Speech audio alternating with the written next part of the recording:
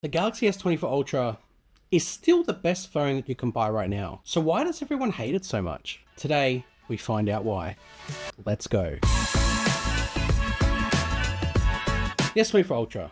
It's a pretty controversial figure. If you appreciate it online, you instantly get a barrage of negative comments coming your way. Most of them saying how it's lacking in this area, it needs to be better against this phone, and all the other phones that have launched this year with the Ultra tag are better than it. I think I've identified 3 areas that people have been saying on the whole and why they don't like this phone. But before I get to them, I'd like to remind you the strengths that this phone actually has, because it's kind of getting lost a bit. Literally the whole concept of this video started on the weekend just gone. I went to an exhibition game where Ronaldinho had a team playing against Tim Cahill in a game of 7-a-side. Pretty crazy that Ronaldinho, my idol growing up, was on the Gold Coast and in front of me playing football, albeit a bit slower than he used to. When Ronaldinho entered the field, I was sat in the stands. Now, granted, the stands weren't too far away from the action, but I remembered that I brought along the S24 Ultra, and with its camera flexibility, I was able to sort of film Ronaldinho entering the field and sort of warming up pretty much as if I was standing right next to him, thanks to the zoom capabilities with the 5x going into 10x. And I thought in that moment, wow, this is so good to have this level of flexibility on a phone. And then the next night, I went back to the same ground and my son was training and had a football training session on. And this time I was a little bit further away from where they were training. So again, using the zoom, I was able to get close and sort of record the action and sort of capture the training session and the drills and the skills that they were learning using the 10x zoom on this phone. As I'm a full-time Fold user at the moment,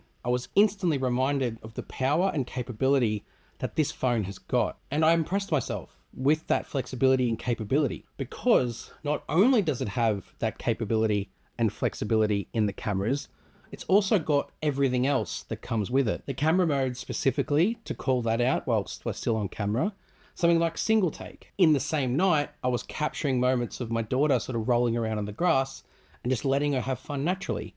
And then single take was sort of capturing the whole thing using the flexible zooms on the back and then compiling it into an album of photos and videos that I can reflect back on later. But then after that, it's the ecosystem. So not only does this have the flexible camera system, but it sits inside of Samsung's wider ecosystem, not just mobile. Using wireless decks, I can project it to the TV in our living room and we can all kind of sit there and enjoy the memories of Ronaldinho and the training and my daughter playing on the big screen. And using Samsung DeX as navigation system, I can sort of easily navigate my way through that using the phone as a trackpad as well. You just get reminded of its power and its sort of insane flexibility. Another part of the Ronaldinho day that I enjoyed about this phone was the display. It was hot, and it being hot meant it was also sunny and bright. And you learn to appreciate using your phone in those conditions on days like that. Having the display that the S24 Ultra has in that environment is one of those things. Not just the fact that it goes to that level of brightness outdoors, but the anti-reflective coating that this has as well just further sort of produces the stunning visuals that you see. Whether that be the colors, the deeper blacks, that's all part of it. But this display is more than just an outdoor display. It works in any scenario, whether that be indoors watching content, whether that be outdoors, as I said, whether that be low light, because the brightness goes low as well as high. You've got that insane range that the display has got. And I mentioned the deeper blacks. Because of that coating, when you put it next to something like the Fold 6, you can see how that anti-reflective coating sort of gives it that deeper black appearance compared to something like the Fold, which I use. Next to each other, there's no comparison there. Part of the display too is the ultrasonic fingerprint scanner. And the convenience of where it's located, but also the speed and the accuracy, means it doesn't have to be a heavy touch. It's just a light touch and you're in. What I miss about this compared to the side-mounted Fold's fingerprint scanner is when it's on a flat surface. And most of the time when it's sitting on a desk or next to you at the dinner table, that's what's going to happen. And the convenience of placing it in the center of the screen and just being able to unlock it versus having to sort of angle your hand or whatever hand you've got free to unlock the side-mounted fingerprint scanner on the Fold, it's better on the S24 Ultra. That ultrasonic position is great. I get why the Fold hasn't got it, because you've got the inner display as well. And I know there are Folds that have 2 ultrasonic fingerprint scanners going on, But there's no reason why I don't think Samsung could put the ultrasonic on the cover display and then have the side mounted for when it's open. I think that can happen. That's a little tangent. The S Pen for me completes the package of the Fold, because not only does it have all of those other things, the 5,000 mAh battery, the massive display with insane brightness, the 4 rear cameras on the back, you also get the convenience of the S Pen to sort of round it all off. So many instances with the Fold, and I know it supports the S Pen, where I've needed to sign a document or jot something down, and the S Pen's in the other room, or I've left it in my bag, or it's at home. And yes, I know you can get the case. It's not the same though. Having the convenience of the pen being inside the phone, just being able to take it out at a moment's notice to do those things, quick note, sign a document, is next level convenience that no other phone gives you. None. And that's not even mentioning the remote shutter capabilities that this has got as well, or the remote control outside of the camera. The fact it has this, it's over here, and everything else truly makes this unbeatable as a package. But where the S23 Ultra was a near unbeatable phone from last year, the S24 Ultra has got some issues that need addressing in the next version, the S25 Ultra. First one, cameras. I know I just waxed lyrical about the cameras, the range, the flexibility, the fact you could got all the camera modes alongside things like resolution, but there are some issues there. And a lot of it's down to hardware and optimization. First two hardware problems are the ultra wide camera and the 3x camera. Those two cameras are old at this point. A lot of brands are moving on to larger format sensors. And whilst I don't think Samsung necessarily needs to go too large because it'll take up too much space, and space inside this phone is at a premium, and they need updating. This ultra wide camera still is good, but it's generations old now. The 3x camera, well, it's probably the weakest of the lot. It produces okay results, and Samsung have got some good software to sort of back it up, but those two things need updating. If the rumors are true, it seems like we're only getting one of them updated, and it looks like the ultra wide, but I hope, fingers crossed, that Samsung can find a way to do both. But if we don't get it now, it should be the S26 Ultra. God, that sounds like a long time away. The other part to the cameras is the software, because the optimization of some of the modes leave a lot to be desired.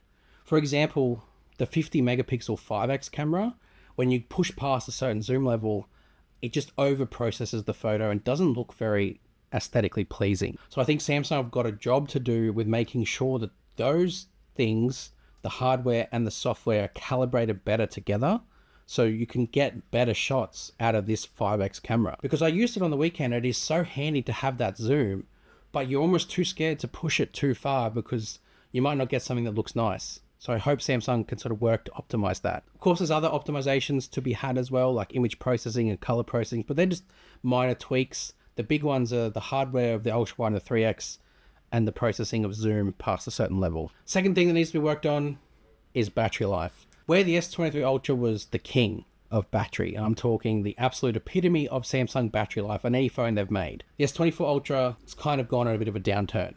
It's not uncommon though in the industry. We saw the iPhone, I think it was 13 Pro Max, have the most crazy battery life on all of any iPhone that's existed, and then they've quickly gone down with the 14 and then the 15, and a lot of that's probably down to the more powerful processors and not as much fine-tuning with those new processors. So I'm hoping from the Snapdragon 8 Elite, and if there's a 4 Galaxy version, that Samsung can tune it and optimize it for efficiency. There's obviously things that you can do to tweak and optimize the battery performance, but I feel like with an Ultra phone, you shouldn't have to. A lot of it's going to have to come down to optimization, because from what we can see is that the 5,000 mAh battery capacity is here to stay next year. And with the Snapdragon 8 Elite, with all that power, hopefully comes great responsibility as well. The third thing that I think people are talking about with this phone and why it's not really liked is the design. In terms of other years, it's a little bit underwhelming in terms of it's not really unique anymore. The flat display kind of loses Samsung's edge,